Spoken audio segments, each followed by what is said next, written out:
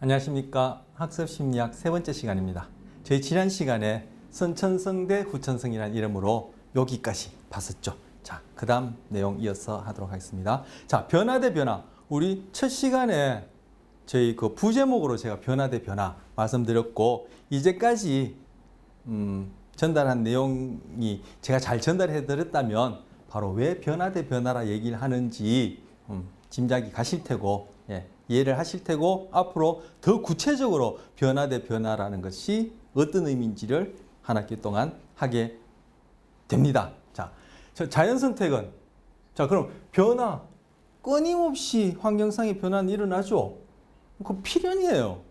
거기에 대해서 변화하는 방식, 적응하는 방식, 뭐 자연 선택. 근데 자연 선택은 뭐 종 수준에서 일어난다. 개체 집단 수준에서 일어난다. 뭐 세대를 거듭하면서 일어난다. 두 번째, 학습은 그럼 나는 어떡하라고? 나 개체 수준에서는 어떡하라고? 너는 뭐 잘 살아야 100년밖에 못 살기 때문에 너는 안 돼. 아니요. 제가 말씀드렸죠. 제가 1000만 년을 산다 하더라도 자연 선택을 통해서는 변화하는 환경에 변화할 수는 없다. 세대를 거듭하면서 일어나는 일이기 때문에. 그렇다면 어떻게 하느냐? 바로 학습이라는 능력, 즉 진화된 수정 가능성이라는 그런 유전적 요소가 자연 선택되어서 나한테 태어날 때 나는 대물림에서 선천적으로 갖고 있으니까 그 바탕 위에서 우리가 배울 그런 학습 경험에 의해서 나는 또 변화한다. 바로 개체 수준에서의 행동 변화. 이 두 개가 맞물려서 끊임없이 변하는 환경에 우리도 끊임없이 부지불식간에 돌아가실 때까지 계속 변화에 대한 변화만 일어날 뿐이에요. 그래서 누군가와 대화하면서 그분이, 그죠? 학습은 변화에 대해 변화다. 이렇게 얘기했다고 제가 말씀드린 거예요. 자, 공통점은 뭐예요? 둘 다 이제까지 얘기했듯이 적응적 행동을 만들어내는 방식이죠. 적응적 행동, 결국은 생존과 번식의 적응적인 행동. 누차 말씀드렸습니다. 다른 점은 뭐예요? 작동하는 수준이 다르죠. 자연 선택은 세대를 거듭하면서 일어나는 개체 집단 전체, 종 수준에서 일어나는 일이고, 학습은 딱 이 한 개체, 다른 동물 한 마리, 사람, 개인 다 같이 한 개체에서 일어나는 수준이에요. 그래서 학습은 개체 입장, 개인 입장에서 보자면은 상대적으로 빠른 행동 변화를 가능하게 해주는 기제고, 자연 선택은 개체 입장에서 보자면 느린 것이 아니라 불가능하죠. 그래서 어쨌든 세대를 거듭해서 일어나는 일이니까 상대적으로 느린, 학습에 비해서는 느리게 일어나는 행동 변화 방식이다. 그런 차이점이 있는 겁니다. 자, 다음 또 질문입니다. 앞서 질문 몇 개 풀어봤었는데 지난 시간에, 자, 인간은 아직도 진화하고 있습니까? 당연하죠. 또 얘기하면 진짜 입 아파요. 그죠? 귀 아프실 텐데, 자연 선택을 통한 진화는 필연적이고 자동적으로 일어날 수밖에 없는 법칙이에요. 이건 뭐 누가 뭐 세상을 만들었고 말고 그걸 논쟁하는 그런 수준의 얘기가 아니에요. 이거는 반드시 일어날 수밖에 없는 일이죠. 그러면 인간도 진화하고 있죠. 자연 선택은 뭐 산간벽지나 아마존 밀림이나 히말라야 산 속에서 일어나는 일이 아니라 내추럴 실렉션, 내추럴, 자동적으로, 자연적으로, 필연적으로 자연 스스로 그러하련 스스로 그렇게 일어날 수밖에 없는 법칙, 선택을 통해서 진화가 일어난다. 인간도 마찬가지입니다. 자, 조금만 기다려주세요. 이 전이 이제 나는 아직 진화 중입니다. 라는 표현에 대해서 어떻게 생각합니까? 답은 아니죠. 조금 전에 앞선 슬라이드 보셨듯이 개체 수준에서 이런 것이 안 일어나요. 그러니까 이거는 알 수 없어요. 이거는 예스고. 조금 전에 인간은 진화한다고 예스를 해놓고 여기 인간은 왜 또 진화가 안 되라고 이렇게 얘기하세요? 이렇게 질문하실 수 있을 텐데, 그렇게 질문하시거나 그런 생각하셨다면 좋은 생각, 좋은 질문이에요. 아니, 직접 만나뵈서 얘기하면 더 재미있을 수 있을 텐데, 만약 그런 생각을 하신 분 계시다면. 자, 뭐죠? 여기서는 인간이라는 호모사피엔스 종을 얘기한 것이고 여기는 뭐요? 나라는 개체 하나를 얘기했죠. 개체 수준에서는 뭐가? 진화, 자연선택을 통한 진화가 일어난다. 그것은 적용할 수 없다 했죠. 그래서 이거는 틀린 말이에요. 자, 진화는 진보인가? 신체 특징도 마찬가지고 행동 특징도 마찬가지라는 얘기 또 누차했습니다. 그래서 그 원리를 간단하게 설명하기 위해서 우리가 맨 처음 본 나방의 경우를 봅시다. 회색 가지 나방이라는 녀석. 그 녀석이 환경상의 변화하고 맞물리는 그러한 과정이 뭐하고 똑같냐 하면은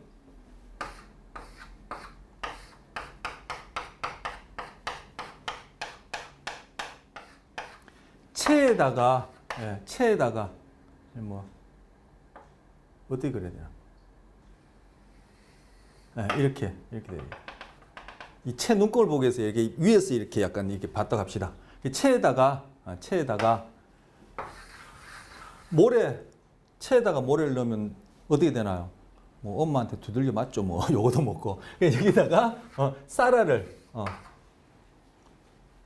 한 줌 넣었다 합시다. 탁탁탁탁 틀어 흔듭니다. 그러면 여기에 떨어지는 것이 있을 테고 남을 것이 있겠죠. 왜 떨어지고 남죠? 두 가지 조건이요. 하나는 눈의 크기, 그리고 또 하나는 이 쌀알 알갱이의 크기예요.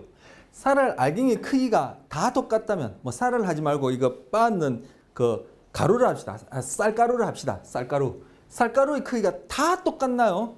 우리가 채를 쓸 때는 뭐요? 뭔가 걸러내고 거기서 구별하기 위해서 쓰는 거죠. 바로 그러면 채질할 때 쓰는 그 가루가 그 알갱이가 다 똑같나요?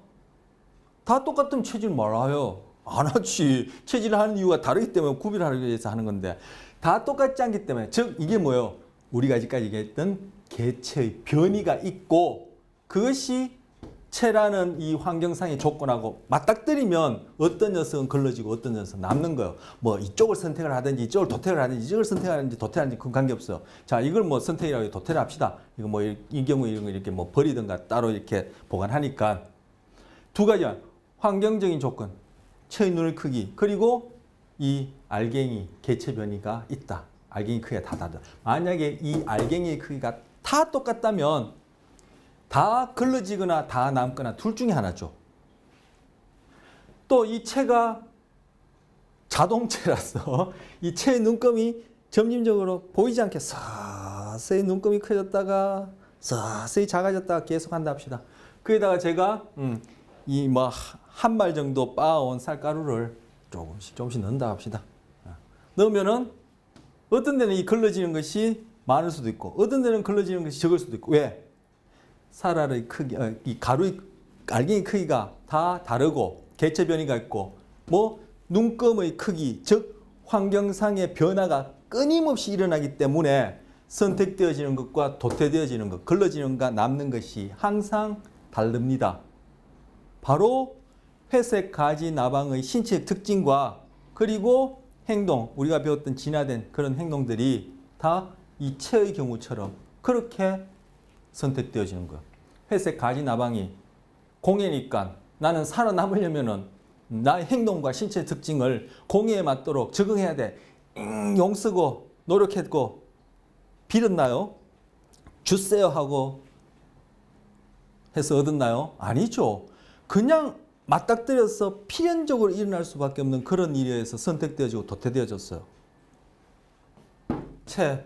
자, 이 일이 어떤 소위 우리가 언어적 표현하자면 참 언어의 한계라는 게 진짜 어마무시하고 무지막지한데 뭐 어쨌든 언어의 표현을 들자면 기대, 목표, 목적을 가지고 이 알갱이가 걸러지고 남았나요?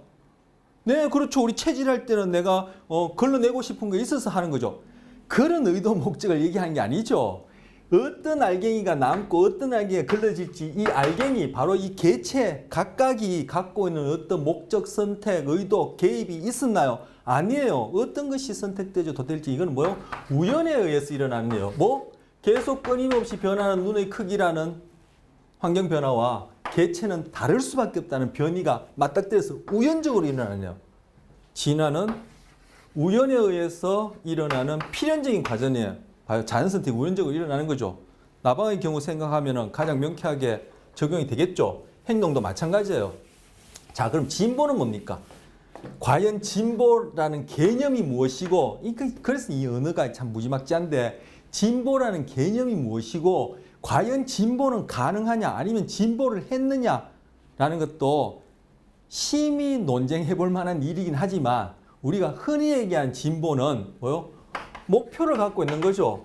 목적을 갖고 있는 거죠. 그 목표, 목적, 아이디어라는 어떤 상태, 뭐 아이디어라는 상태가 있는지 없는지도 모르죠. 그것도 얘기해 보자면 이 끝도 없는 일일 텐데, 그죠? 아이디어라는 어떤 상태를 두고 우리가 그걸 향해서 계속 점진적으로 나아갈 때 진보를 합니다. 자, 이제까지 얘기한 진화, 그런 게 있었어요? 없어요. 그래서 진화는 진보가 아닙니다. 그런데 일반인들은 진화는 진보라 생각하죠. 그리고 매스컴상에서도 뭐 진화는 진보인 것처럼 광고에도 그런 얘기해요. 뭐 TV는 진화한다. 그건 다 진보라는 의미죠. 그리고 흔히 좀 이렇게 전문적이라 여기지는 이러한 뭐 책이나 강연에서도 이것을 진보라고 얘기하는 경우도 있어요. 참 우리 일반인들이 이 세상 인식이 너무나 엉터리에 왜곡되어 있는 경우가 많죠. 또 정답을 얘기해줘도 들려고 하지 않죠. 왜? 뭐 예전에 얘기한 경우가 있기 때문에 생략하고, 자, 그래서 진화는 진보가 아닙니다. 진화에는 진보라는 개념이 없습니다. 자, 그렇다면 네 번째, 인간은 지구에서 가장 진보된 생물인가? 가장 진보된 생물입니까? 우리는 그렇게 생각하죠. 그게 바로 인간 중심적인 생각이라는 거예요.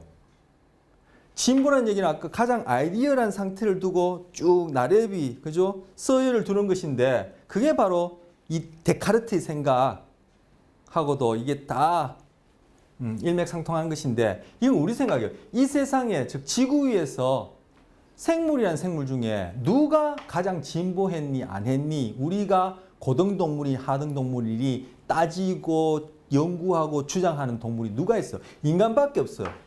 바로 인간이 갖고 있는 의식, 즉 자각이라는 어떤 그런 현상이 가르쳐다 준 하나의 어떤 부산물이라 생각할 수 있는데, 자, 다시 돌아가서 인간은 지구에서 가장 진보했습니까? 아까 그랬죠. 진화에는 진보라는 개념이 없다고. 그래서 인간은 지구에서 가장 진보한 것이 아니라 인간은 지구에서 가장 진화했을 뿐이에요. 진화했으면 진보한 거 아니냐? 진화는 진보가 아니라고 이제 앞서 얘기했죠. 그런데 뭐요? 인간은 지구에서 가장 진보했다고 우리끼리 그냥 착각할 뿐이에요. 착각할 뿐이에요. 뭐요?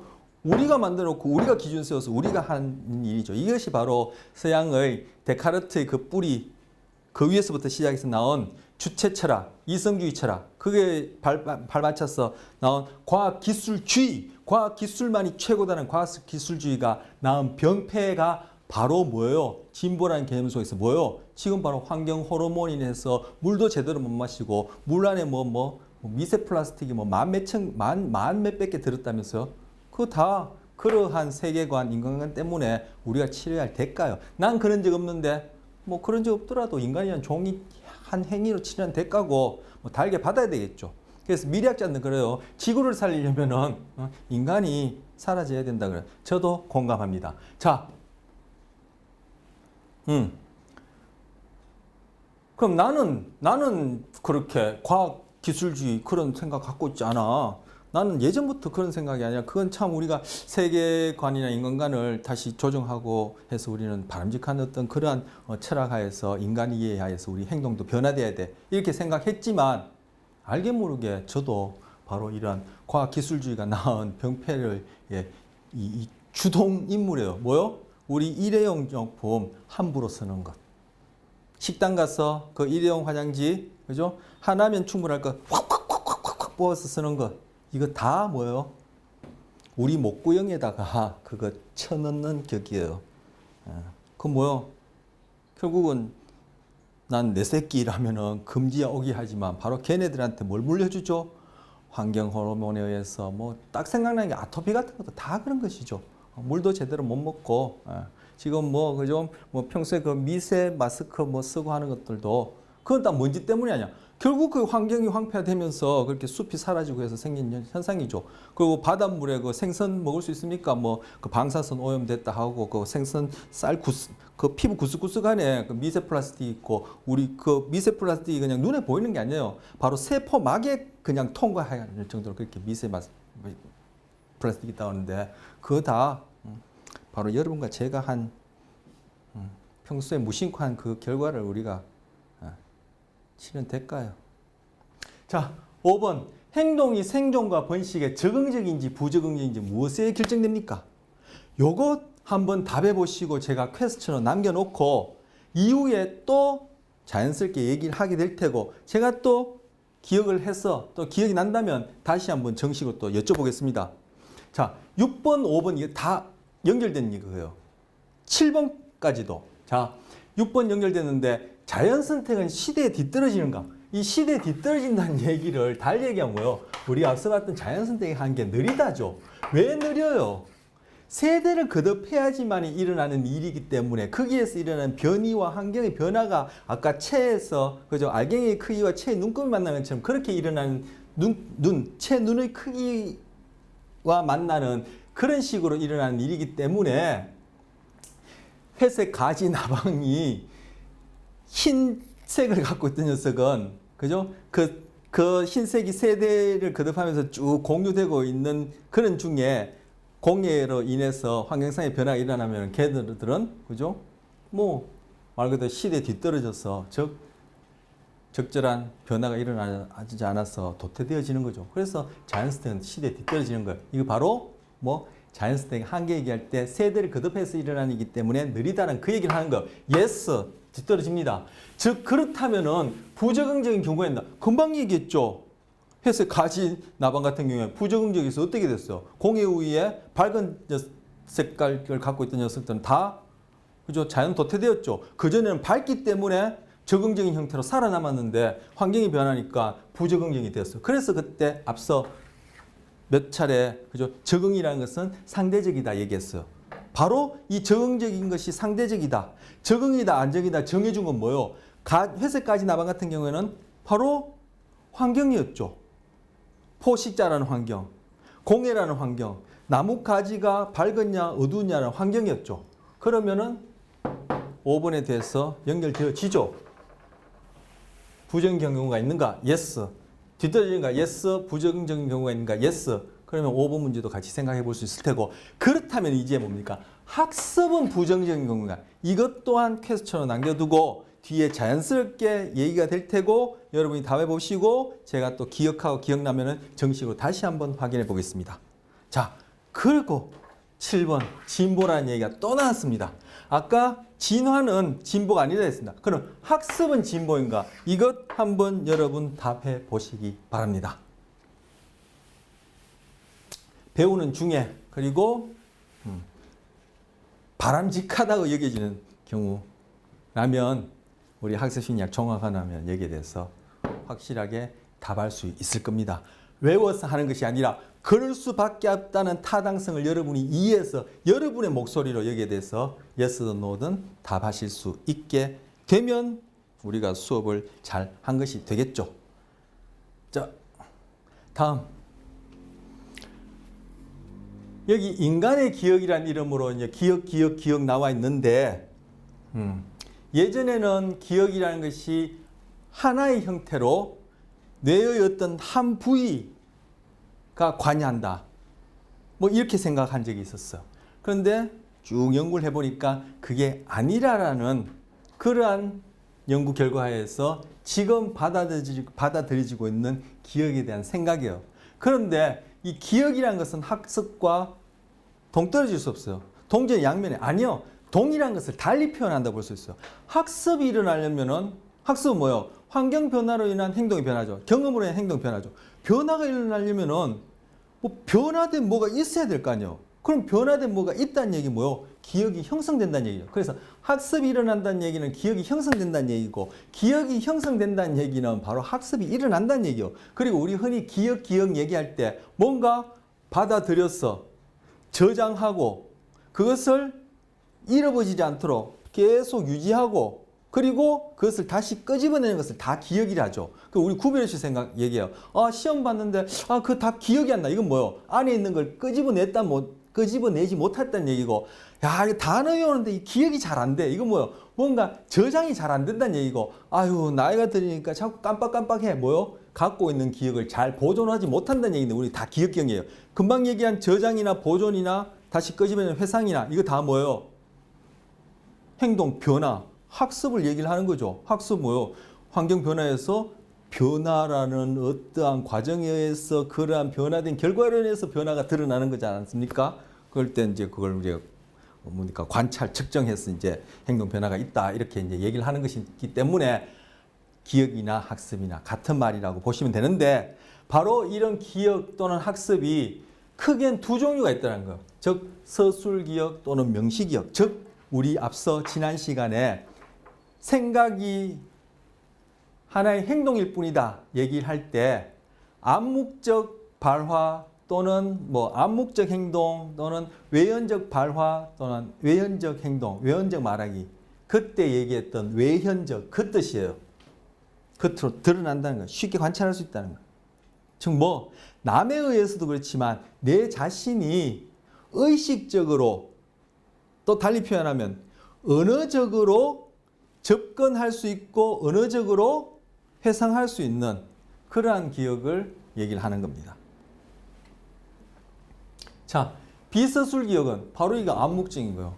언어적으로 접근할 수 없는 그러한 기억, 학습을 얘기를 하는 겁니다. 서술 기억에는 사실 기억이 있어요. 우리가 있는 학교는 신촌에 어느 쪽 길에 어디에 있다. 이런 건 사실이죠. 그런데 나는 오늘 대중교통을 이용해서 신촌역에 내려서 어떤 분식가게 편의점 있는 그쪽 길을 해서 학교에 도착했다. 이건 뭐요? 내가 한 경험에 대한 기억이죠. 그래서 사실 기억은 앞서 말한 그런 것들을 얘기를 하고, 사건 기억은 내가 한 경험에 대해서 내가 의식적으로 얘기할 수 있는 거. 제가 지금 어떤 상황을 얘기했죠. 평소에 제가 늘 하던 상황, 행동이죠. 바로 내가 한 것, 내가 알고 있는 것, 지금 언어적으로 제가 여러분한테 말할 수 있는 그러한 학습, 기억이 있어요. 그것과 관련된 중요한 내부위 여기 소개하고 있어요. 우리 지금 뇌에 관해서 하는 건 아니니까 이 부분은 언급할 필요 없고, 우리 학습 심리학 뒤에 하면서도 필요한 부분이 있다면 그때 이제 살펴볼 예정입니다. 자, 그리고 비서술 기억 안에는 절차 기억, 어떤 기술 습관화되어서 자동적으로 일어나는 그런 기억이 있고, 발화, 이거는 발화라 하는데 여러분 잘 보이십니까? 이거 그림을 크게 하려고 제가 확대했는데 좀 이 글자가 또렷한지 모르겠어요. 여러분 동영상을 보시기에. 이 발화, 이거는 정화라고 번역하는 게 더 좋고요.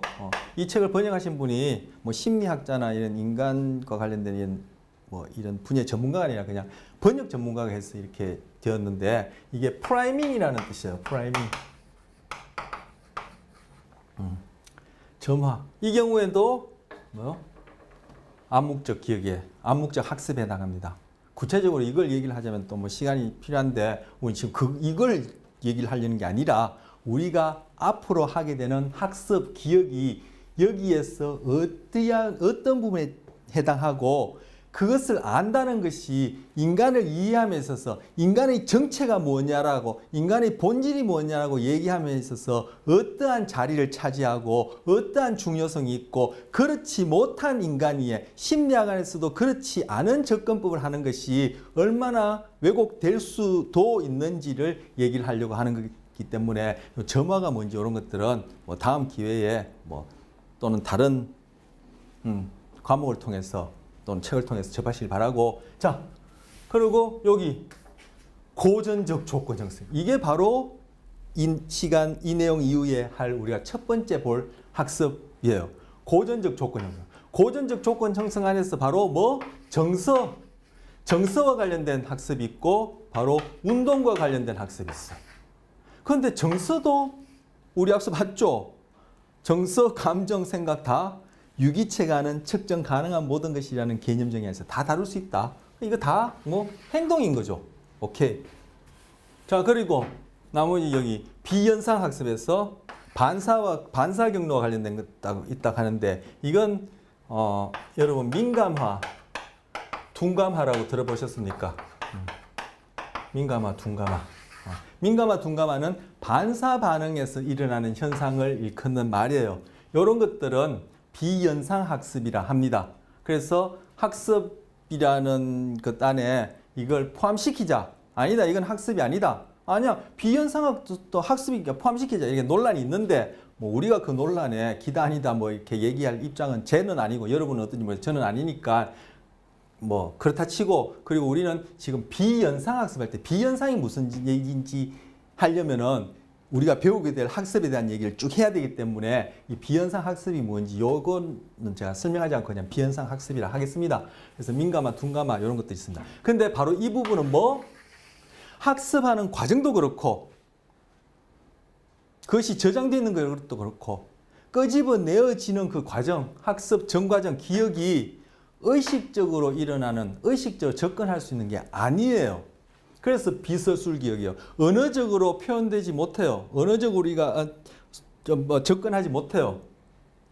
지난번에도 얘기했듯이 언제 얘기했냐면은 진화된 행동의 공통점 얘기하면서 참고하고 무의식적 과정과 의식적 자각 얘기하면서 제가 장황하게 얘기한 바로 뭐요?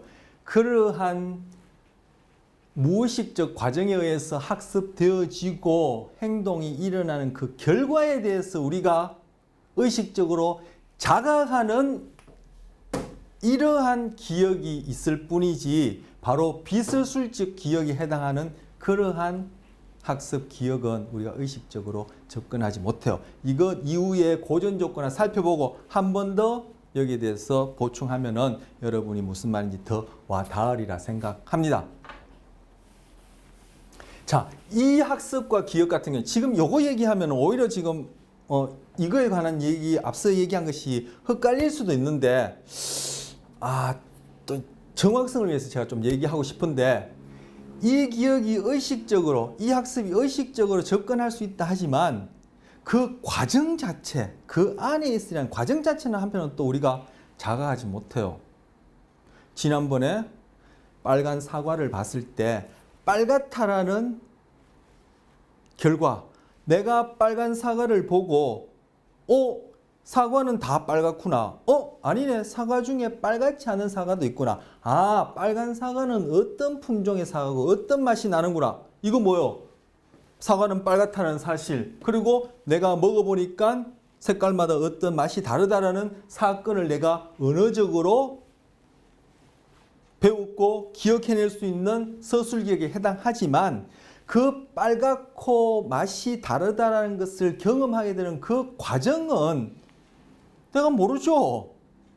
그냥 다 뭐 자극에 대한 물리적 자극으로 뇌 안에서 그죠? 뭐 전기신호, 화학신호로 일어나는 결과인데 그 과정은 몰라요. 앞서 얘기할 때 언어적으로 접근할 수 있다는 것과 지금 그 과정은 의식하지 못하는 것 구별하시겠습니까? 좀 헷갈릴 수 있어서 제가 주제했는데 말씀드리고, 이 부분은 학습이 일어나고 그것이 저장되어져서 표현되어지는 학습과 기억 전 과정이 의식적으로 접근할 수 없고 바로 이러한 일이 일어났다는 결과만을 우리는 서술 기억으로 다시금 기억할 수 있게 되는 겁니다. 그래서 고전 조건에 들어가면 더 자세하게 고전 조건을 배우고 나면은 그죠? 구체적으로 얘기할 거리가 생기니까 그때 가서 이런 부분 다시 한번 확인할 겁니다. 그런데 자, 그 다음 거 보시죠. 제가 이 그림 밑에 있는 그 설명인데 한꺼번에 다 넣고 확대해 보니까 이 그림 너무 작고 글자가 너무 작아서 잘라서 이제 뒤에 넣어놨는데, 자, 이것이 좀 전에 봤던 그 그림의 설명이에요. 인간기억의 분류법, 다양한 과제에 관여하는 몇몇 중요한 내부를 보여준다. 앞에 내부 있었는데 우리는 그거 지금 할 필요 없다 했죠. 할 수가 없죠.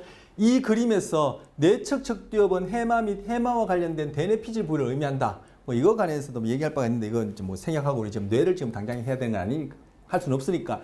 실제 세계 행동에서는 자, 여기서부터 중요해요. 실제 우리가 살아가는 세상 속에서 행동에서는 자, 아까 행동은 유기체가 하는 측정 가능한 모든 것이에요. 그것이 언어적이든 비언어적이든 학습, 기억이든 또는 생각이든 감정이든 다 유기체가 하는 모든 것. 근데 뭐 조건이다. 측정 가능한 것. 그 행동에서는 이때 뭐 인간뿐만 아니라 다른 모든 동물들, 유기체 행동에서는 대부분의 경험이 아까 봤던 우리가 살아가면서 행동, 경험으로 인한 행동의 변화가 일어나고 그것이 학습되어지고 기억되어지는 이런 것들이 아까 봤던 그런 것들이 학습의 종류가 그게 한 7가지 되거든요. 최종적으로 하위 분야가. 그것 중에 몇 가지 유형이 그죠? 동시에 일어난다는 거예요. 그런데 우리는 뭐요? 의식적으로 자각할 수 있는 서술적 기억이 전부 다고 그것이 인간의 전부고 인간의 정체성의 전부라고 생각하는 경향성이 있을 수밖에 없어요. 왜? 우리는 의식하는 것만 의식하기 때문에. 그것이 바로 데카르트가 생각하는 정신과 물질 간의 분리, 이원론과 관련된 얘기고 그 뿌리가 저 위에 할아버지부터 시작합니다. 그거 좀 이따 얘기하고. 자, 그럼 예를 들어서 테니스 기술을 향상시키려고 한다. 즉 뭐요? 테니스를 배우는 학습을 한다. 학습이죠. 그래서 레슨을 받는다면은 레슨 받는 중에 레슨 받았다라는 사실, 레슨 받는 중에 어떤 일이 있었다라는 사실, 거기에는 선생님의 이름이 뭐고 나는 어디에서 레슨 받았다는 이런 사실 기억과 내가 레슨 받을 때 잘못해서 욕도 얻어먹고 어떤 경우에는 잘 해가지고 칭찬도 받고 그리고 오늘은 몇 시간 했고 하는 자기가 실제 경험한 사건 기억들을 우리는 구체적으로 다 지금 기억, 그런 일이 일어날 때 내가 의식적으로 그죠? 기억하고 너 오늘 뭐 했니? 레슨 받았어. 어떻게 했는데? 의식적으로 얘기할 수 있어. 바로 사건에 대한 서술 기억을 할 수 있어. 하지만 정말로 우리가 테니스 레슨을 통해서 얻고자 하는 것은 말로 하는 이걸 하는 거예요? 아니죠. 얻고자 하는 것은 경기하는 동안에 운동 수행 능력이 무의식적으로 향상되는 것. 아까 앞서 봤던 것 중에는 바로 비서술 기억 중에 절차 기억. 바로 이렇게 자동적으로 그죠? 테니스 탁탁탁탁 할 수 있는 이러한 기술, 습관 기억을 얻는 것이다. 얻는 것이 우리의 목적이죠. 테니스 레슨 할 때는. 내가 선생님의 이름 무엇이고 어디에 가서 뭐 어떻게 뭐 테니스 레슨을 뭐 몇 달 동안 뭐 어떤 강격을 받았다. 그걸 알기 위해서 테니스를 배우는 게 아니죠. 그죠? TENNIS 테니스를 배우는 게 아니죠. 테니스를 배우는 것은 결국은 내가 테니스를 잘 할 수 있는 행동상의 변화, 이 경우에는 절차 기억에 해당하는 기술과 습관 기억이라고 얘기하는 것이 기술과 습관을 배우는 절차 기억에 해당하는 것인데 이거는 뭐요? 무의식적으로 일어나는 거예요. 질문이 있습니다. 그게 왜 무의식적으로 일어나요? 내가 공이 날아오면 그게 어떻게 이렇게 서브하고 패스하고 하는지 그거 다 그죠? 내가 아는데 아니죠. 그러한 경험에 의해서 행동상의 변화가 일어나서 점점 테니스를 잘 치는 그 일어난 결과를 내가 의식하는 것이지 그러한 행동이 변화되어지는 그 과정을 내가 자각하는 건 아니에요. 학습 고전적 조건화 들어가면 더 와닿을 수 있는 예를 얘기하게 될 텐데 아까 말씀드린 그때 가서 얘기하고 이건 바로 비서술적 기억이요. 자, 이게 인간의 정체, 인간의 본질과 뭘 관련된데? 자, 나는 누구냐? 도대체 나는 존재는 뭐냐? 뭐 이런 질문 뭐 인문학 관련해서 뭐 많이 하죠. 그런데 그때 얘기되어지는 대부분의 것이 이것도 뭐 제 입장에서 그죠? 뭐 교만하게 과정에서 얘기하자면 대부분의 것이 바로 나는 어디에 가서 누구한테 레슨 받았다. 이런 얘기하는 거예요. 자, 여기서 레슨 대신 테니스 레슨 대신 자아라고 얘기합시다. 우리 흔히 얘기한 자아. 나라는 인간의 정체, 인간의 본질, 즉 자아 정체성 이렇게 얘기할 때 자아란 무엇인가? 도대체 나는 존재는 무엇인가를 얘기할 때 바로 이 테니스의 경우처럼 나는 뭘 먹고 어디에 살고 내 이름은 뭐고 직업은 뭐고 연봉은 뭐고 그죠? 우리 애는 뭐고 뭐 가방끈은 얼마 기고 그게 납니까? 우리 흔히 사람들 만나서 소개할 때 당신은 누구세요? 그런 거 얘기하죠. 그건 나가 아니죠. 바로 여기에서 테니스를 배운다는 것은 내가 테니스를 잘 치는 그러한 행동 변화가 목적인 것처럼 바로 이 테니스 대신 자아라는 것을 여기 대체시키면 바로 나는 뭐요? 나는 변하는 환경 속에서 끊임없이 자연 선택을 통해서 유전된 그런 것, 유전을 바탕으로 끊임없이 우리가 배울 학습의 권리에 의해서 끊임없이 변화하는 즉 변화 중이고 변화하는 그런 행동하는 존재, 이것이 나의 본질이고 정체성이고 자아지. 아까 봤던 테니스에 대해서 이러쿵저러쿵 얘기할 수 있는, 내가 테니스를 어떻게 했고 테니스와 관련된 것은 무엇이고 얘기할 수 있는 이 서술기억에 해당하는 그러한 자아가 나의 자아의 정체성, 본질이 아니죠. 그런데 앞서 지난 시간에도 얘기했듯이 대부분의 자기계발서, 대중심리학책, 대중들 지금 모여드는 그런 강연들 얘기할 때 인간 이해와 관련해서 소위 자아와 관련해서 심리학적 얘기하는 데는 다 이 앞에 것 얘기를 해요. 그렇기 때문에 그 얘기 들을 때는 솔깃하고 그래서 쉽지만 자기 삶으로 돌아서는 그게 행동 변화가 없어요. 테니스를 내가 뭐 누구한테 배웠고 어떻게 치고 한다는 거 아무리 안들 그걸 백날 첫날 그저 기억하고 명심한들 테니스 기술이 늘어납니까? 테니스 기술이 늘어나면 직접 몸으로 그죠 행동의 변화가 일어나야 되는 거예요. 그런데 바로 이 부분, 바로 우리가 이후에 하게 될 학습 내용은 바로 비서술적 기억에 해당하는 바로 그러한 고전적 조건화와 그리고 기술 습관으로 학습에 대한 절차 기억 또는 절차 학습으로서 도구적 조건화를 하려는 것이 이 시간 이후의 학습 내용이에요. 그건 어떻게 일어났죠? 비서술 기억으로 일어난 거예요. 그렇다면은 학습 심리학을 통해서 우리가 보고자 하는 것은 뭐예요? 바로 인간은 무엇인가, 나는 무엇인가, 인간의 정체와 본질, 소위 자아라고 일컫는 그러한 나의 존재에 대한 바로 본질 핵심을 들여다보는 부분이에요. 그런데 일반인들은 의식할 수 있는 것만 의식하기 때문에 저도 평소에 그렇고 아까 말씀드린 그러한 경우 바로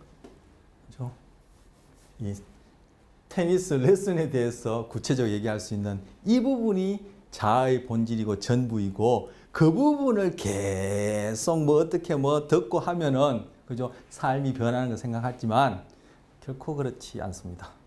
매주 좋은 말씀 듣고 그죠 나 뒤돌아서고 문 열고 나오면은 또 그 자리예요.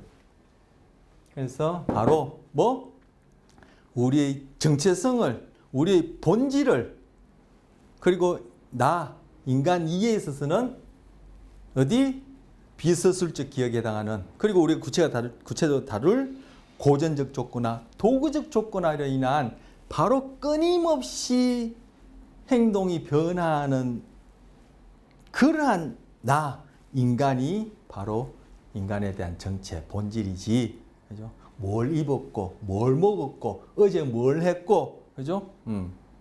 나 이름이 뭐고 이런 것이 나의 정체, 인간의 본질이 아니라는 얘기입니다. 그래서 우리가 사람을 만나도 첫 인사할 때 대부분 그렇죠. 이름은 뭐고 뭘 하고 뭘 먹습니다. 집은 어디고 그죠? 뭐 차는 뭘 타고 우리 애는 어디 다니고 가방끈은 얼마나 길고 얘기하는 거죠. 그건 뭐요? 인간 이해에 대한 것이 없다. 몰라서 그렇겠죠. 자기 자신에 대한 이해가 없다. 정체성이 뭔지 모른다. 뭐 대부분의 경우에 제가 또 교만하게 저도 뭐 그게 속합니다만 교만해 보자면 100명 중에 99명은 그것이 자기인 줄 알아요. 그러니까 삶에 변화가 없죠. 그 실컷 살고 난 다음에 나라는 존재는 뭐야? 중년의 위기. 그때는 자기 개발서니까 해가지고 봐요. 행동 변화 없습니다. 삶의 변화 없습니다.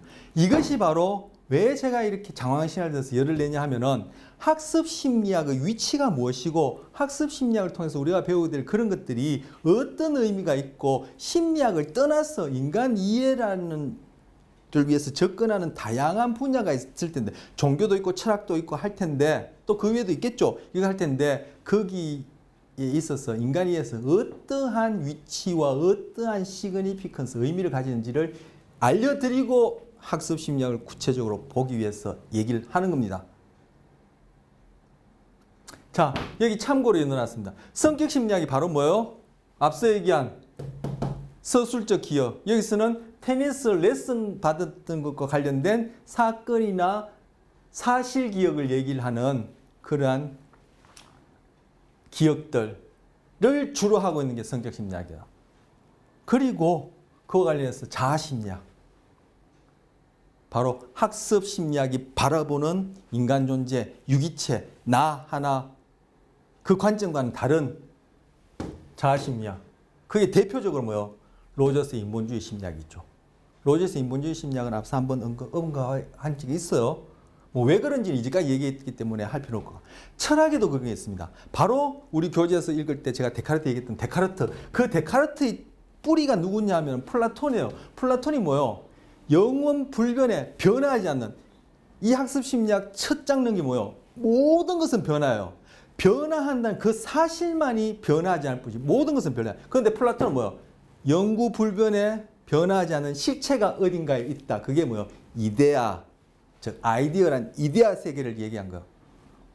바로 이원론의 뿌리죠. 그래서 우리 육체는 더럽고 저주받았고 여기에 그죠? 그런 이데아, 즉 정신이란 영혼이 갇혀있기 때문에 여기서 벗어나서 다시 그리로 가는 것이 이 땅에 우리가 사는 목적이다 이렇게 생각한 거예요. 그 생각이 그대로 교회 사상의 토대를 마련한 아우구스티누스, 즉 중세 교회의 아버지라 불리는 아우구스티누스가 플라톤의 이데아 사상을 가져와서 신학을 설명했어요. 그래서 그 당시에 뭐예요? 철학은 신학의 시녀다 이렇게 얘기했죠. 그 아우구스티누스, 그 뿌리가 데카르트에 와서 데카르트가 이 신의 문제와 그죠? 인간의 이 물질, 즉 그때 이제 과학적인 어떤 그러한 사고와 이런 것들이 이제 팽배했는데 이걸 어떻게 잘 타협을 시켜야 되는데 어떻게 했어요? 그래서 영혼, 정신은 물질과 육체, 이 고기 등의 별개다. 그 두 개가 별개인데 결국 뇌에서는 여차 그렇게 상호작용해서 우리는 정신이라는 것을 경험한다. 그래서 그때 정신은 우리가 의식하는 전부이다. 바로 그런 정신은 동물에는 없다. 동물들 마구잡이 잡아먹어도 된다. 그래서 그 당시에 혈류에 관해서 수력, 액체 흐름에 관해서 이제 관심이 있던 시대인데 사람의 혈류에 관해서 관심인데 사람은 이제 그렇게 못대하니까 개를 데려다 놓고 혈액을 관찰하는데 얘는 뭐 우리가 경험하는 그런 것들을 경험하지 않고 그냥 기계 덩어리다, 고기 덩어리다 했어, 그죠? 마취도 없이 배를 갈라놓고 혈액을 관찰했어. 개가 얼마나 아프겠어. 그러한 짓이 왜 났죠? 바로 이러한 생각의 뿌리에서 나온 거예요. 관점이 달라지면 행동도 달라지는 거예요. 그 데카르트 그게 뭐예요? 그래서 데카르트가 포멀하게 이원론의 창시자 부르는데 그 뿌리가 여기 있어요. 고대 그리스 이전에는 그렇게 생각하지 않았는데 어떤 이유인지 전 개인적으로 본 적이 없고 읽은 적이 없지만 플라톤부터 그러한 정신과 물질을 분리하고 정신은 고귀하고 물질은 더럽고 뭐 이런 식으로 생각하고 그 뿌리가 어디? 교회로 넘어가서 플라톤의 이데아 사상 똑같죠? 그걸 데카르트에 와서 타협시킨 것이 이원론적 생각이에요. 그런데 여기에 반하는 생각은 동양에서는 플라톤보다 더 이전에 플라톤이 BC 뭐 4, 5세기경이라면은 지금부터 2400, 500년 전인데 그보다 한 100년, 200년 더 앞서서 뭐요? 노자는 벌써 이러한 생각이 틀렸다는 생각을 했어요. 이미 도덕경에서 그런 얘기를 했고 그리고 불교에서의 소승불교의 연기설이라는 것이 우리 앞으로 보겠지만 바로 고전적 조건하고 거의 비슷한 얘기를 해요. 그래서 이미 퇴임하셨습니다만 경북대 심리학과에 계신 교수님이 도서관에 가시면 빌려볼 수 있어요. 제목이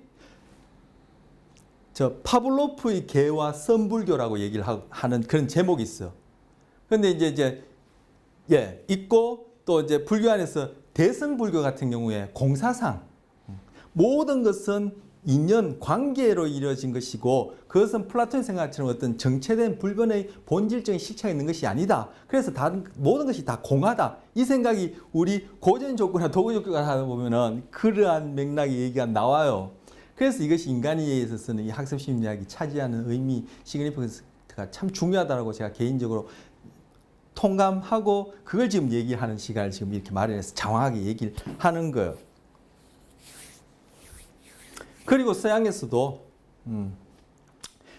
더 위에 거슬러 가서 이렇게 반기를 든 사람이 데카르트의 생각과 좀 달리한 사람이 이제 스피노자. 요즘 스피노자 좀 뜨죠. 데카르트의 그늘에 가려있다가 스피노자. 그리고 뭐 또 중간중간 있겠습니다만 니체 같은 경우에도 여기에 반기를 들었고, 그리고 여러분 잘 아시는 그죠? 프로이드 같은 경우에도 이것이 아니라는 것을 무의식을 가지고, 그죠? 데카르트는 의식이라는 것은 다 우리가 자각할 수 있는 정신, 그 바로 이제 영혼에 해당하는 이렇게 생각했는데 그것이 아니라는 것을 이제 반기를 든 사람이 이제 프로이트. 프로이트의 사상적인 어떤 그런 계보는 그 위에 그죠?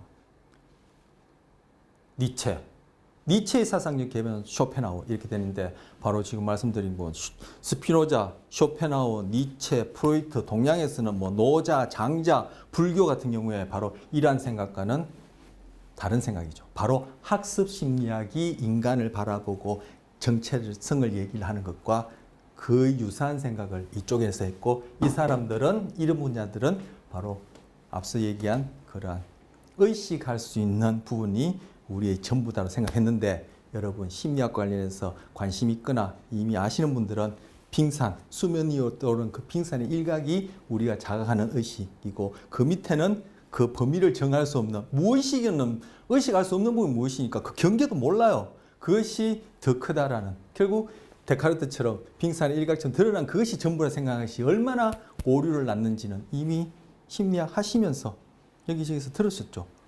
바로 그 얘기를 하는 거예요. 그렇기 때문에 이런 데서 행동 변화가, 삶의 변화가 일어나기 힘들죠.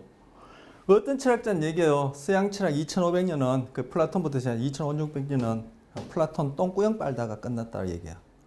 지금까지도 그게 뭐요? 주변에서 일어나죠. 영혼이 이런 것들이 다 이쪽 개념이거든요. 자, 고전적 조건화. 또 부제를 달아봐서, 이거 사실 부제가 아니라 다음 슬라이드에 쓰려니까 요거 한 문장 쓰려고 한 페이지를 사용하니까 뭔가 좀 뭐 모양새도 안다고 해서 그냥 넣어봤어요. 고전적 조건화 또는 파블로프식 조건화라고 얘기해요. 교재는 그렇게 얘기하죠. 근데 밑에다가 무지는 지식보다 더 확실히 한다. 그렇죠. 뭐 저도 그렇고 통감합니다. 그죠? 확신케 한다. 모르면 믿어야 합니다. 이해하면 믿을 필요가 없습니다. 믿을 필요가 없습니다. 뭐 이해하면 그냥 이해하는 거죠. 그래서 평소에 우리 인간관계다. 야, 배신당했다. 뭐요? 믿었기 때문에 배신을 당하죠. 그런데 처음부터 이러한 상황은 이러이러하고 이 사람은 그러그러하구나 내가 알고 있다면 배신당할 일이 없죠. 즉 배신당했다는 얘기는 그죠? 모르고 무지막지하게 믿었다는 얘기예요. 그래서 내가 배신당했구나. 흔히 연인관계, 남녀관계, 뭐 자식간의 관계 이런 얘기를 하죠. 뭐 사업, 너는 나는 피를 나눈 형제 하다가도 고도이 치다가 죽이고 살리고 하는 그런 경우처럼 배신당했다는 얘기는 뭐요? 내가 이해하지 않고 무지막지하게 믿기만 했다, 확신했다는 뜻이에요. 그럼 뭐요? 그게 다 왜곡된 인간에 대한, 세상에 대한 우리가 갖고 있는 이해 방식이죠. 그래서 자꾸 공부를 하고 이해를 하고 바르게 알아야지만이 배신당할 일도 없고, 그죠? 평소에 배신당했다라고 하는 그런 경험을 하더라도 이미 이해하고 알고 있었으니까 배신당할 일도 없고 당연히 그러한 것이다. 이렇게 되어지는 거예요. 자, 이 얘기를 왜 했냐면은 자, 3장에 들어가서 파블로프 조건 형성. 페이지 수로는 67페이지에 해당하겠죠. 여기 페이지 번호는 없지만 67쪽에 해당하는데 여기 보시면 들어가며라는 말이 있습니다. 들어가며. 자, 여기 읽어보겠습니다. 몇 년 전 이 책의 초기판을 사용했던 강의자. 그래서 옆집 아저씨 그죠? 비즈니스 하는 분이 강의한 건 아니겠죠. 분명히 이제 심리학자일 거예요. 최소한 뭐 우리나라에서는 석사 이상이 돼야지만 강의한다는데, 그래서 박사 수두룩 하니까 박사학위 심리학자를 합시다. 파블로프식 조건 형성에 관한 장이 이 챕터 너무 길다고 비판했다. 그래서 제가 이거 넣은 거예요. 참 무지는 확실해요. 왜 그런지 살펴보면 아실 겁니다. 그는 파블로프식 조건 형성은 결국 역사적 관심거리일 뿐이다 라고 말했다. 심리학자를 포함한 많은 사람들이 그렇게 생각한다, 추측다. 이거 보세요. 저랑 비슷한 얘기하죠. 제가 앞서 교만한데 안 교만한 척하려고 겸손하게 얘기하면서 제가 과장해서 얘기한다 했지만 이 저자도 이 책 같은 게 지금 7판인데 제가 학부 때 1판으로 기억하는데 되게 얇았어요. 저희 지도 교수님이 해서 출판해서 한 책을 했는데 이게 칠판까지 나온다는 얘기는 그만큼 여기에서 얘기하는 것이 타당성이 있고 많이 팔리기 때문에 칠판까지 찍는 거예요. 제가 지금 그 책을 본 것만 하더라도 연수로 따지더라도 그죠 몇십 년 되는데 그죠? 그 얘기는 이 저자가 여기에 대해서 그만큼 인정받을 만큼 전문가라는 얘기요. 이 사람이 보기에도 뭐요? 심리학자를 포함해서 다른 일반인 말할 것도 없고 심리학자를 포함해서 이렇게 생각한다는 거예요. 그래서 제가 아까 열의 아홉은 어떻다 뭐 이렇게 얘기를 하는 거예요. 나는 절대로 이에 동의하지 않는다. 절대로라는 극단적 표현을 썼어요. 파블로프가 발견하고 그 이후의 사람들이 더 구체적으로 밝힌 기본 논리를 이해하지 않고서는 즉 이 강의자도 대부분의 사람들도 심리학자 중에도 여러분이 이 순간에 만나는 앞에서 강의하시는 분들 중에도 얼마인지는 모르겠지만 분명히 있어요. 저도 순간순간 이렇게 헷갈리고 파블로프가 발견한 그 이후의 사람들이 더 구체적으로 밝힌 기본 논리를 이해하지 않고서는 이해하지 못한 경우가 있다는 거죠. 이해하지 않고서는 인간의 본성을 이해하는 것이 인간의 본성을 이해하는 것이 뭐? 가능하지 않다 했어요. 본성을 이해하는데 부족함이 있다. 본성을 이해하는데 한계가 있다. 단점이 있다. 아니요. 뭐요? 그 자체가 불가능하다 했어요. 그 얘기가 좀 앞서 본 인간의 기억의 종류 얘기하면서 거기에 대해서 테니스 대신 우리 자아로 바꿔서 얘기를 하고 바로 그러한 오류를 낳는 접근이 심리학 이외 과목들도 있지만 분야도 있지만 심리학 안에서도 바로 그렇게 그런 분야가 있다. 자, 일반인들이 생각하고 주변에 하루에 몇 권이 나오는지 모르는 그런 심리학 책, 그리고 소위 자기 개발서 그런 책들 하고 그리고 주변에 하루에도 수십 건씩 떠오르는 그런 강연 많은 부분들이 바로 대중이 생각하는 바로 그러한 심리학 뭐요? 바로 아까 성격 심리학 같은 자아 심리학 같은 것을 심리학이라고 생각해요. 그런데 심리학에는 크게 두 부류가 있어요. 실험 심리학이 있고 바로 아까 자아 심리학 즉 의식하는 나가 나의 존재의 전부인 것처럼 본질인 것처럼 생각하는 분야가 있고 바로 실험 심리학 안에 해당하는 것이 바로 이 학습 심리학이에요. 그리고 여러분 익히 들어보셨겠지만 심리학 안에서도 생물학과 관련해서 뇌에 대해서 배우거든요. 그런 것들이 실험 심리학이에요. 그런데 지금 이 저자가 뭐라 그랬죠? 바로 학습 심리학 중에 첫 번째 제시한 파블로프 조건화 그리고 두 번째 도구적 조건화도 마찬가지예요. 파블로프 조건화를 발견하고 그 이후의 사람들이 더 구체적으로 밝힌 이 기본 논리를 이해하지 않고서는 인간이 본성을 이해한 것은 뭐? 불가능하다 했어. 그래서 제가 아까 앞에서 장황하게 지금까지도 지금 진도가 안 나가고 이렇게 열받아서 얘기를 하는 거야. 참 저도 뭐 모르고 몰랐고 지금도 수시로 헷갈리지만 참 대부분의 사람들이 100의 99는 그죠? 다 모르고 그렇게 살아가는 것 같다. 그래서 이런 것에 대해서 혁명적인 일을 한 사람이 아까 동양에서는 2000하고도 700년, 600년 전 소크라테스와 더 앞서서 노자 그리고 그 위에 장자 그리고 시달타, 석가모니 그리고 뭐 그 이후도 있겠지만 또 서양에서는 뭐 데카르트와 대응되는 스피노자 그 이후에는 제가 모르겠어요. 그리고 바로 쇼펜하우어, 니체, 프로이드 이렇게 해버리는 그런 사상들 그런 사람들은 계속 외쳐왔죠. 지금 와서는 철학에서도 바로 이제는 이런 학습 심리학에서 얘기하는 이러한 관점과 관련된 그러한 철학들도 계속 요즘 이제 본물 쳐듯이 이제 나오기도 하고 심리학 안에서도 이러한 부분이 계속 강조되고 있고 그러고 있습니다. 예. 비트겐슈타인도 뭐 그러한 유라고 여겨집니다. 버트란드 러셀이라는 사람도 그렇다라고 제가 주워 들었고 지금 얘기하는 건 다 주워 들은 얘기를 하는 겁니다. 뭐 제가 그 사람 개인에 대해서 제가 뭐 알겠습니까? 네 그렇고 나오는데 자, 그 워낙 데카르트의 그러한 생각이 그 위에 내려오던 그 뿌리가 말 그대로 이제 힘이 있기 때문에 뭐 보이는 힘이든 보이지 않는 힘이든 어떤 그런 힘이 있기 때문에 그러한 전통이 부지불식간에 우리 뇌 안에 각인되어서 새겨져서 그것이 내려와서 온 중에 거기에 반하는 인간 이해에 있어서 바로 본질적인 것을 제대로 이해할 수 있는 이런 부분들의 목소리가 과거부터 있었지만 그게 잘 안 받아들여지고 있는 것이죠. 그래서 좀 전에 말씀드린 철학이나 심리학이나 다른 분야에서 그런 것들 계속 해왔었고 요즘 와서 조금씩 더 관심을 이제 가져가고 있는 중인데 동양에서는 2000하고도 700년 전에 벌써 그런 얘기 다 뭐 결론까지 내려놨어요. 그래서 여러분이 이 학습 심리학은 생물학적 기제다라고 첫째 시간에 얘기했듯이 심리학을 제대로 하려면 아니 나는 심리학이나 철학을 하든 뭘 하든 인간을 좀 제대로 이해하고 나라는 존재를 제대로 이해하려면은 생물학 그중에서도 뭐 진화 생물학을 안 하고는 인간 이해를 이 저자의 말처럼 빌어서 얘기하면은 불가능합니다. 요즘 생물학과 관련해서 예전보다 많이 얘기하죠. 바로 뭡니까?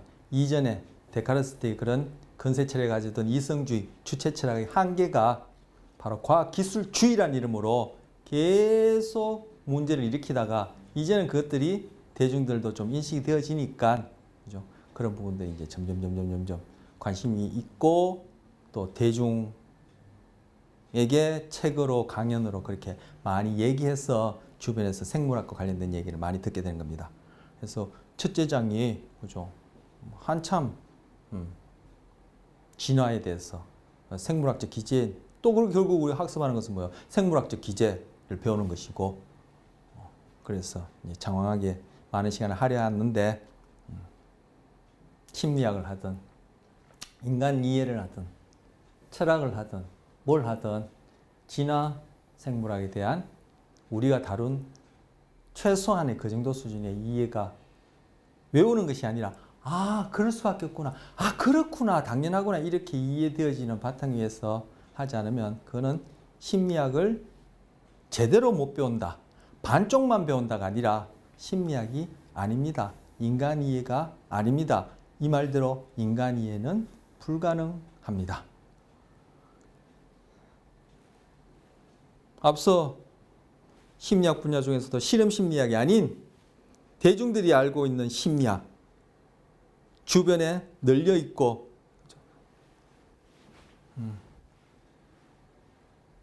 많이 몰려드는 그런 부분들은 지금 바로 그죠?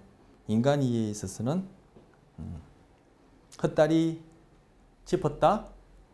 뭐 심리학은 아니지만 어떤 철학자가 얘기했듯이 바로 그런 플라톤의 생각, 데카르트의 계보를 잇는 그런 생각은 서양의 2500년 된 철학은 뭐 플라톤 똥꿈 빨다 끝났다 얘기하는데 결국 그 얘기가 인간 이해에 있어서는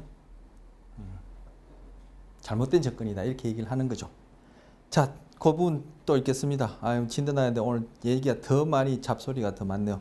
자, 이해하는 것이 가능하지 않다고 난 생각한다. 파블로프식 조건 형성은 자, 요거는 이제 구체적으로 얘기를 한 거. 우리가 배우게 될 파블로프식 조건 형성은 개를 종소리에 침 흘리도록 훈련시키기에 관한 것이 아니고 참 그죠? 뭐 저도 그렇고 이게 생각도 하나의 행동인데 이 변화가 참 쉽지 않아요. 자, 파블로프식 조건 형성은 개를 종소리에 침 흘리도록 훈련시키기에 관한 것이 아니고 한 사건이 다른 사건을 예측한다는 것을 학습하기에 관한 것도 아니다. 이게 무슨 얘기인지 구체적으로 보실 텐데 그것은 사건이 우리의 행동, 괄호하고 사고나 감정이라고 불리는 행동도 포함하여 사고나 감정도 행동이라는 것은 앞선 시간에 얘기했죠. 행동은 유기체가 하는 측정 가능한 모든 것, 사고나 감정도 그걸 포함시킬 수 있다. 행동을 그것은 사건이 우리의 뭐 파블로프 조건하는 것은 우리가 배울 학습이라는 것은 사건이 바로 환경상의 사건, 자극이에요. 자극이 다른 말로 하면 환경상의 변화죠. 이 변화가 우리의 행동을 어떻게 변화시키는지에 관한 것이다. 앞선 시간에 계속 이거 여러분한테 착 주지시켜드리려고 제가 반복했던 것. 파블로프식 조건 형성을 이해하는 것은 우리 자신을 포함하여 인간을 이해하는 데 뭐다? 핵심이다. 왜 핵심인지 또 얘기하면은 제가 너무 과한 것이고. 근데 앞에 강의자가 뭐라 그랬어? 심리학자를 포함해서 많은 사람들 뭐라 그랬어? 그리고 뭐 또 얘기해야 되는데 뭐지? 그런 그 유명한 사람들 뭐라 그랬어? 대중들이 알고 있는 심리학 뭐라 그랬어? 무지는 지식보다 더 확신케 한다. 이 얘기 누가 했냐면은 다윈이 한 얘기입니다. 자, 권유 조건합니다. 권유 조건에 관련해서 우리가 살펴볼 내용들 제가 순서대로 나열해봤습니다. 첫 번째, 기본 절차라는 걸 살펴보고, 두 번째, 고순위 조건화를 살펴보고, 세 번째, 바로 이러한 고전적 조건에 영향을 주는 요인들이 있어요. 그걸 우리 이제 그 변인이라는 용어의 개념은 있으시죠? 뭐 우리는 지금 그러니까 연구법을 하는 것이 아니기 때문에 변인에 대한 개념을 정확하게 이렇게 뭐 얘기할 필요 없는데 변인 이미 들어보셨고 개념이 있으시거나 한 분이 계시고 아니면 이것은 영향을 주는 어떤 요인 이렇게 팩터 뭐 이렇게 이해하시면 되겠습니다. 뭐 변인 이 단어는 뭐 실제 교재도 있지만 variable이라 얘기를 하는 것이고요. 그다음째 이 조건 반응, 조건하의 결과가 또 소거되는 조건 반응도 조건 반응 소거 이런 순서로 살펴보려고 합니다. 자, 첫 번째 기본 절차입니다. 자, 여기 보시면 이것도 제가 확대하는 바람에 이미지가 이게 좀 해상도가 떨어지는데 자, 여기 보시면 처음에 이 개에게 음식을 입에다가 쏙 넣어줘요. 그러면 어떤 일이 일어나죠? 예전에 개에게 이 음식을 넣어주면 어떤 됐나?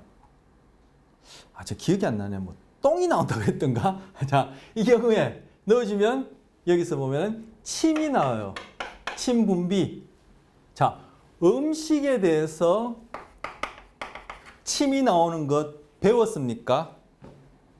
이 개가?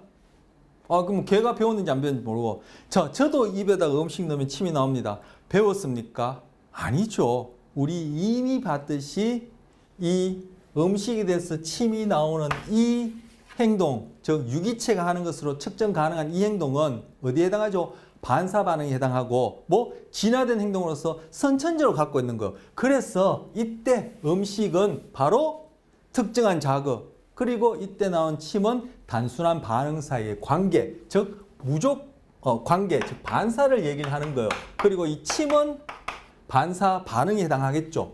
그래서 이 반사를 보는데 이 반사는 뭐 어떠한 조건, 다양한 조건에 의해서 영향을 받지 않아요. 그것이 무슨 뜻인지는 또 하는 중에 자연스럽게 말씀드리고 달리 얘기하자면은 여기서 조건이라는 말, 제가 표현한 조건이라는 말은 바로 학습을 통한 학습된 이런 의미를 담긴 말이에요. 자, 금방 말씀드렸듯이 음식에 대해서 침이 나오는 거 배웠습니까? 아니죠. 그래서 이건 뭐요? 무조건 자극 그리고 그에 대해서 나오는 반응은 무조건 반사. 우리가 앞으로 살펴볼 아까 차례 중에 조건화에 영향을 주는 변인이라 했는데 그러한 변인들에 의해서 그러한 조건에 영향을 받지 않는다는 뜻으로 물을 쓰기도 하고 바로 이 조건이라는 말 안에는 바로 학습이라는 그러한 것이 의미가 달려있기 때문에 학습하지 않는 학습이 필요 없는 그런 의미로 무조건 붙인 거예요. 그래서 무조건 자극, 무조건 반응이라 합니다. 그래서 이렇게 음식이 무조건 자극에 해당하는 예가 될 테고 침분비가 무조건 반응에 해당하는 예가 될 텐데 음식에 대해서 침이 나오는 특정한 자극에 대해서 특정한 단순한 반응이 나는 이런 관계를 반사를 하는데 이때는 무조건 반사라 부르는 겁니다. 학습을 필요로 하지 않죠. 그럼 이 무조건 반사, 음식에 대해서 침이 나오는 것은 어떻게 가능한 겁니까? 음식이 입에 들어간다는 것은 환경상에 일어난 사건, 변화예요. 즉 자극이에요. 그에 대해서 침이 나오게끔 이러한 적응적인 행동, 반사 반응이 나오는 것은 뭐가 해줬습니까? 바로 자연선택이 해준 거죠. 이건 다 개나 소나 저나 다 갖고 있어요. 상동성이 높기 때문에. 그래서 이 무조건 자극을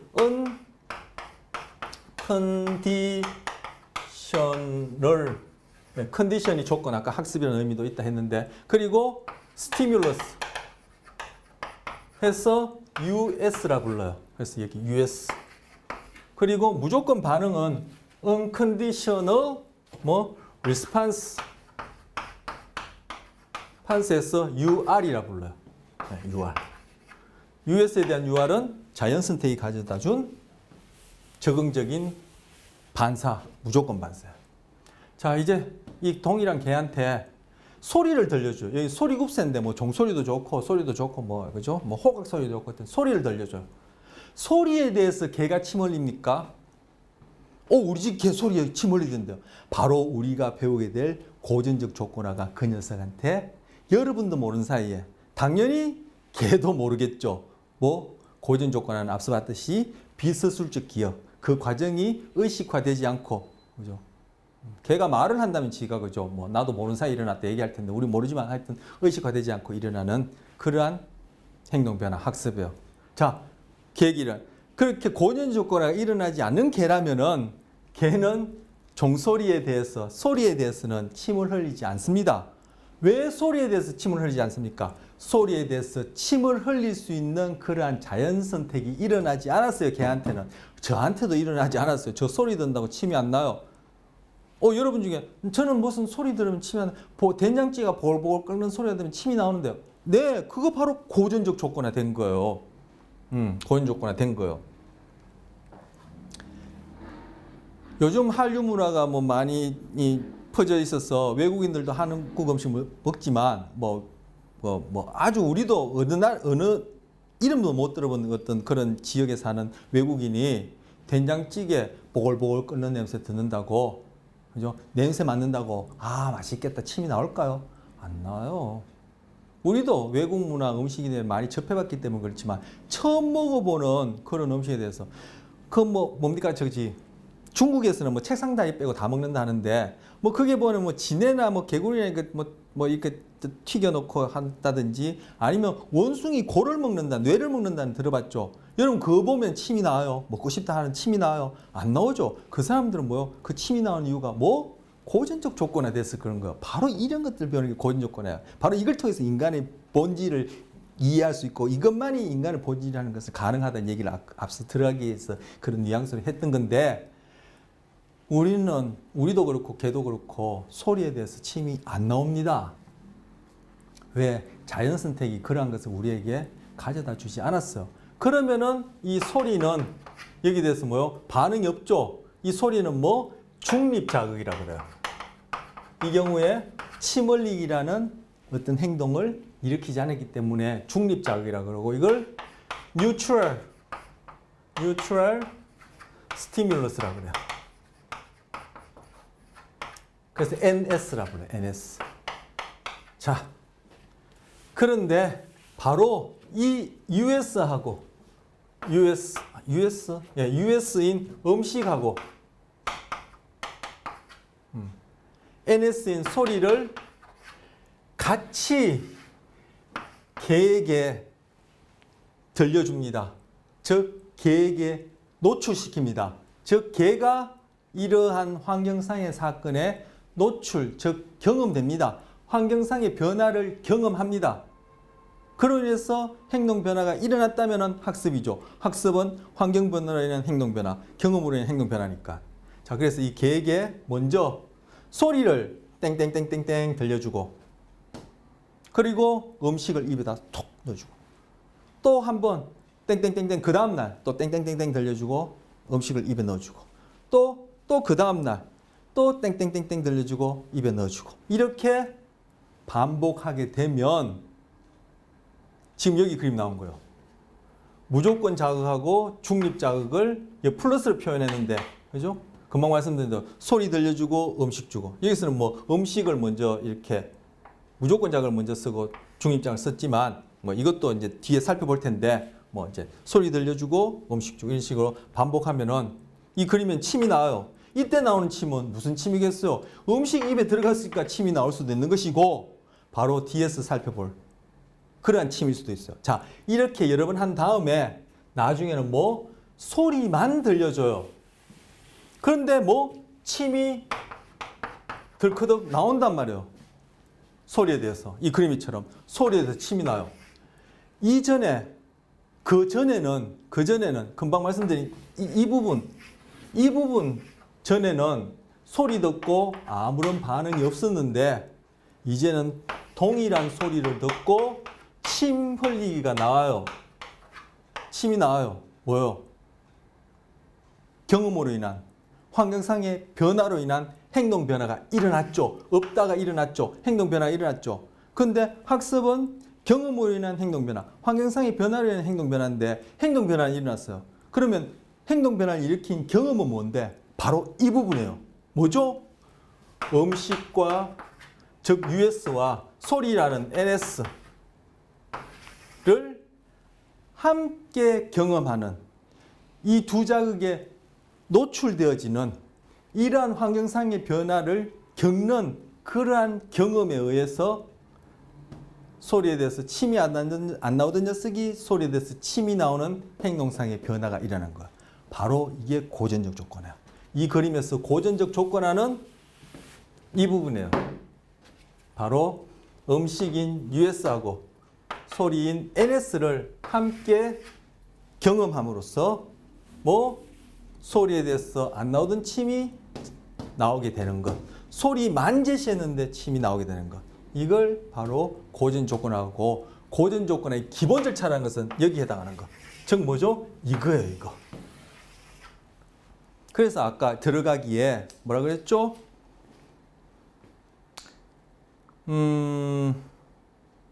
파블로프식 조건 형성. 이거 파블로프가 처음 소개했기 때문에 파블로프식 조건 형성. 조건 형성은 조건화 또는 학습 같은 말. 조건 형성, 조건화, 학습 같은 말이에요. 그래서 파블로프가 발견했기 때문에 파블로프식 조건 형성 또는 고전적 조건화, 클래시컬 컨디셔닝 해서 고전적 조건화 이렇게 불러요. 같은 말이에요.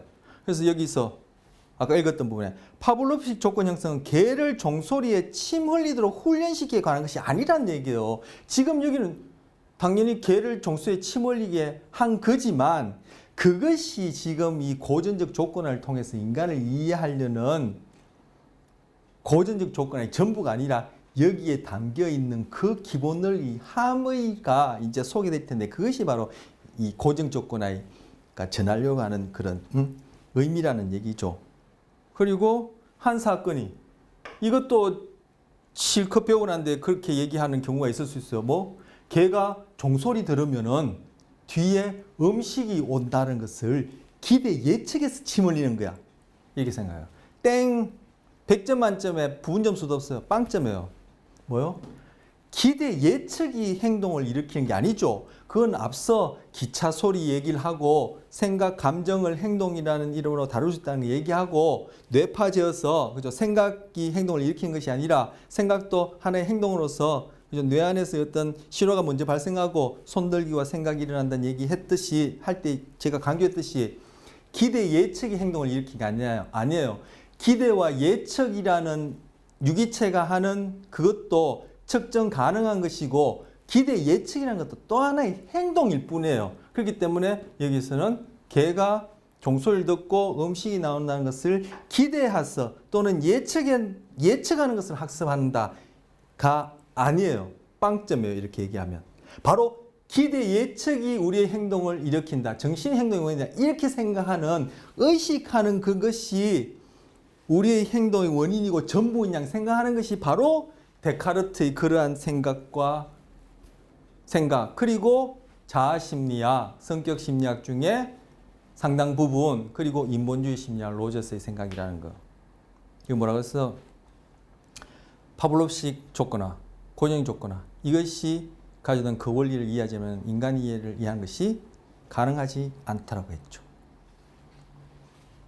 그래서 이제 이 소리에 대해서 침이 나올 때 이 소리는 조건 자극이라. 아까 조건이라는 의미가 학습이라는 의미가 있다 했죠. 그리고 뒤에서 살펴볼 이런 조건화에 영향을 주는 변에 대해서 영향받는다는 의미로 조건이라 붙인다 했어요. 그래서 이거는 conditional stimulus 해서 CS라 불러요. 그리고 그때 나오는 반응은 conditional response 해서 CR이라 불러요. 그래서 조건 자극, 조건 반응 조건, 자극, 조건, 반응 해서 CS, CR에 불러요.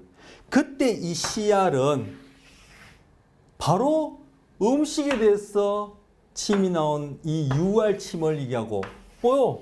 똑같아.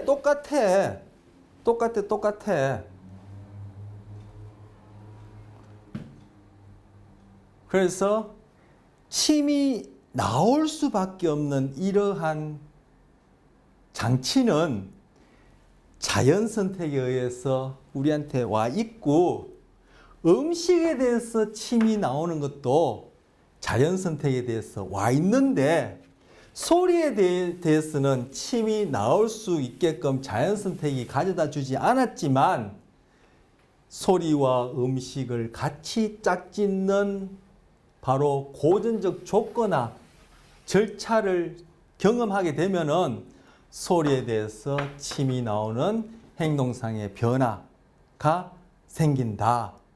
바로 이것을 조건 반사, 즉 학습이 개입되어 있는, 학습의 의미가 담겨 있는 그러한 반사를 해서 조건 반사라 부르고, 조건 자극, 조건 반응에 불러요. 그래서 소리에 대해서 침이 나오는 이 부분은, 이거는 선천적으로, 유전적으로 자연 선택이 가져다 준 것이고, 바로 후천적 기제, 학습, 그 중에서도 고전적 조건화로에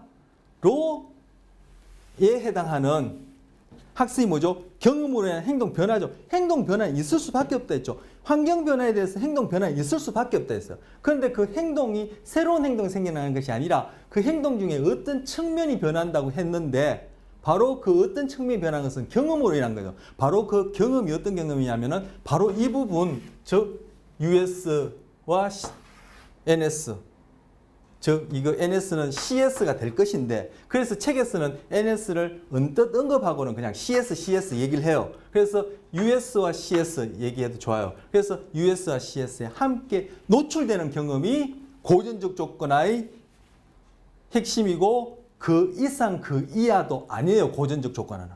그래서 바로 이러한 경험을 하는 것이 고전 조건화고, 여기서 얘기하는 기본 절차, 핵심된 절차, 그 이상도 그 이하도 없다. 바로 기본 절차, 이 절차란 말이 바로 경험이란 뜻이에요.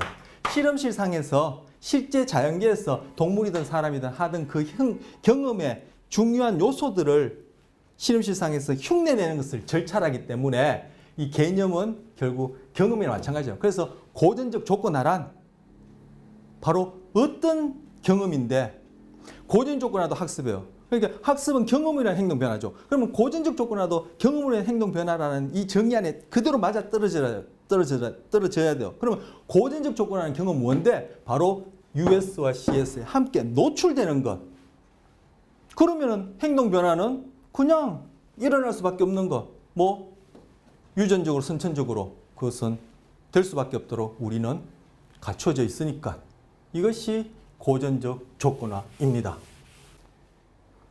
이 경우도 특정한 자극에 대해서 단순한 반응이 생겨날 수 있도록 고전적 조건화, 기본 절차, 고전적 조건화의 경험, 즉 학습, 경험으로 인해서 행동 변화가 생긴 거죠. 그런데 이때는 조건, 즉 학습에 의해서 또는 뒤에 볼 학습에 영향을 주는 변인들에서 영향을 받기 때문에 특정한 자극에 대해서 단순한 반응의 관계를 표현하는 반사 앞에 조건 반사라고 이름 붙인 거예요. 아까 저거는 무조건 반사. 그리고 이때 일어나는 침 흘리기, CR은 이때 일어나는 침 흘리기, UR과 동일한 행동, 학습을 통해서 새로운 행동이 생겨나는 것이 아니라는 것이죠. 자, 고전 조건의 기본 절차 얘기 오늘 여기까지 하고, 다음 시간 두 번째 주제 살펴보도록, 하위 주제 살펴보도록 하겠습니다.